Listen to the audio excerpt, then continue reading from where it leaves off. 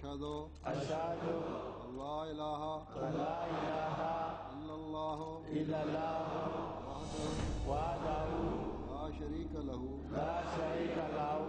Ashhadu anna Muhammadan abduhu wa rasuluh.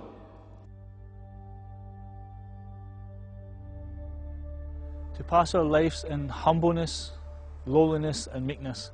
This is the condition that the Promised Messiah ﷺ has given us.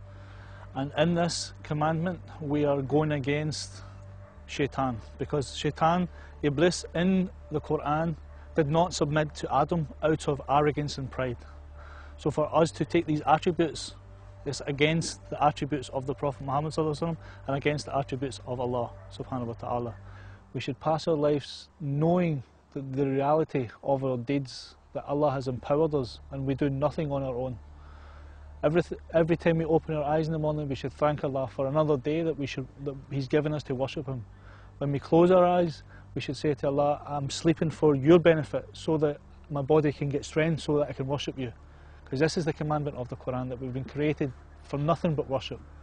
So in our lives we have to thank Allah for the blessings that Allah gives us, but with a realization that we have done nothing to deserve them. And through our efforts, we didn't achieve anything. It was through Allah.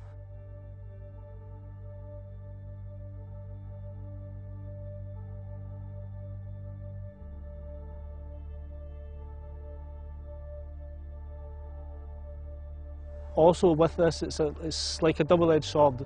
The more religious we become, there's a greater possibility of religious ostentation, where we become proud and arrogant of our deeds.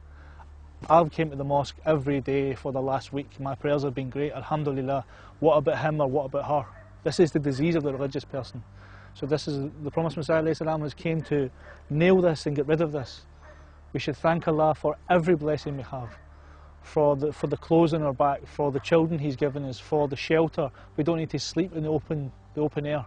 We can take our cars to the mosque for prayers. We don't get arrogant about this, that we've got this car or we've got a bigger house than him or her. This is against Islam. The Promised Messiah didn't come to raise these people. Even if we look at some of the greatest spiritual men who attained very high worldly achievements, they were very low and humble in their dealings with everybody. You know, this is the beauty of Islam. A king can be standing next to a farmer in the mosque.